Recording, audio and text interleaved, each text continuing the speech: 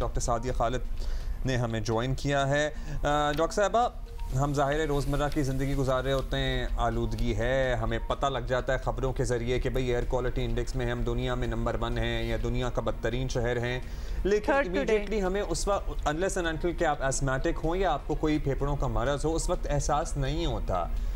लेकिन ज़ाहिर है हर इंसान को ये चीज़ मुतासिर कर रही है। आप थोड़ा सा एक्सप्लेन करेंगी कि एक सेहतमंद इंसान अगर इस माहौल में मुसलसल रहता रहे तो उसका क्या बनता है या बनेगा?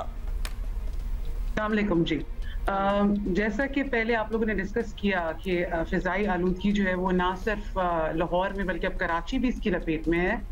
तो बहुत सारे इफेक्ट्स होते हैं फ़िज़ाई आलूदगी के। इसमें सबसे ज़्यादा जो हमारा जिस्म का वो पार्ट जिसको हम फेफड़े कहते हैं, वो सबसे ज़्यादा कॉम्प्रोमाइज़ होता है, क्योंकि जिस हवा में आप सांस ले रहे होते हैं अगर वो साफ सुथरी नहीं है तो आप सोचें कि आपका क्या इंटरनल सिस्टम कैसे काम करेगा। तो फेफड़ों में सबसे इम्पोर्टेंट जो है वो दमे की बीमारी, एज़मा, बहुत ज्यादा लोग इसका शिकार होते हैं अगर आपकी जो हवा है वो आलूदा है। इसके अलावा और बहुत सी फेफड़ों की बीमारियां होती हैं। इसके अलावा एक और इम्पॉर्टेंट चीज जिसका मैं बताना चाहूंगी, स्किन एलर्जीज भी कॉज करता है। अगर आपकी हवा आलूदा है तो आपको बहुत सी जल्द की बीमारियां भी लग जाती हैं और उसके साथ साथ आपके बाकी सिस्टम भी कॉम्प्रोमाइज करते हैं। तो फिजाई आलूदगी जो है वो आपके फेफड़ों के साथ साथ जिस्म के बाकी सिस्टम्स को भी इफेक्ट करती है। तो अगर आपकी हवा साफ नहीं है तो आपको जो है वो सेहत की बहुत सारी ऐसी बीमारियां जो लग सकती हैं जो आपके लिए नुकसानदेह हैं। अच्छा डॉक्टर सादिया, स्किन का भी आपने कह दिया, एक्जिमा वगैरह भी, ड्राइनेस, फेफड़े, आंखों की बड़ी आजकल इशू हो रहा है लोगों को ये स्मॉग की वजह से। That is another thing. अब कहने वाले तो ये भी कह सकते हैं जी डील विद इट। अब हम किसी बबल में तो नहीं रह सकते, रहना तो शहर में ही है। We are breathing this air, we are living this life. हमें शहर तो नहीं छोड़ा जा सकता।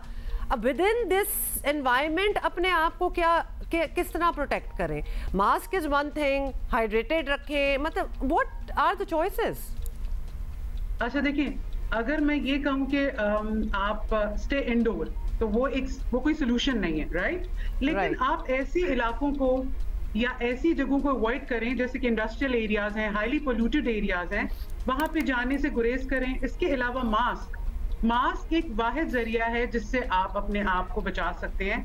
इसलिए हम बार बार यही कहते हैं कि when you are going outside and you are prone to allergies, अगर आपको दमा है या किसी किस्म की भी कोई सांस की बीमारी है तो ऐसे इलाकों में जाने से पहले मास्क का इस्तेमाल जरूर कीजिए।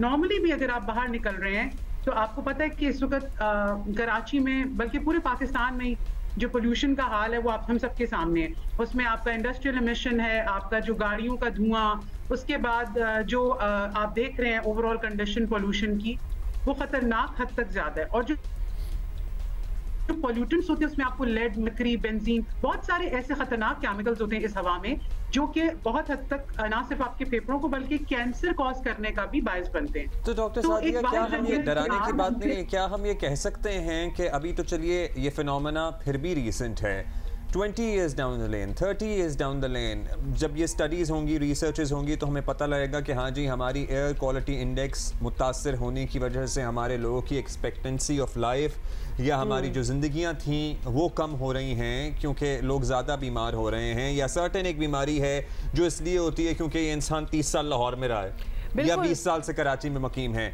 Is that possible to? Yes, जो लाइफ एक्सपेक्टेंसी अगर कोई शख्स पॉल्यूटेड एरिया में रहता है तो उसकी बिल्कुल कम हो जाती है। अभी एक रिसर्च के ऊपर हो रही थी कैलिफोर्निया में, तो हमें ये बताया गया कि लाहौर में जो कांस्टेंट रह रहे हैं काफी अरसे से, उनकी लाइफ एक्सपेक्टेंसी हर साल 6 महीने कम हो रही है। तो अब आप ये देखें कि जब आप एक लाइफ स्पैन गुजार रहे हैं और आप एक कांस्टेंट इरिटेंट और पोल्यूटेंट्स के बीच में रह रहे हैं तो आपकी लाइफ एक्सपेक्टेंसी क्यों कम हो रही है? Because of the diseases you are acquiring. आपको दमे की बीमारी हो रही है, आपकी हवा में अगर खतरनाक हद तक ऐसे केमिकल्स मौजूद हैं, लेड, बेंजीन, जैसे जिसका मैंने जिक्र किया, तो वो आपके फेफड़ों में जाकर उसको कैंसर कॉज कर सकते हैं और बहुत सी बीमारियां कर सकते हैं।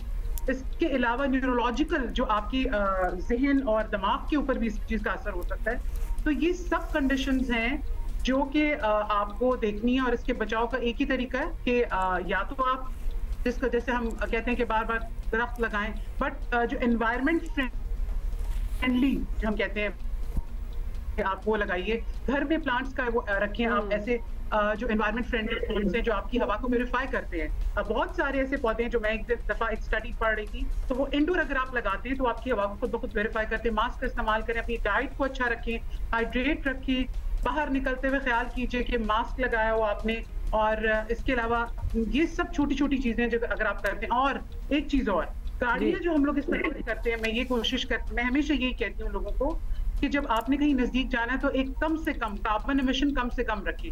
आपने बाहर निकलना है, गाड़ियों का इस्तेमाल कम रखें, साइकिल या पैदल चलें, बट मास्क लगा के। जितना आपका धुआं गाड़ियों का, ट्रक्स का, डीजल का, ये सब कंट्रीब्यूटिंग फैक्टर्स हैं हवा को पोल्यूट करने। Doctor Sadia, thank you so much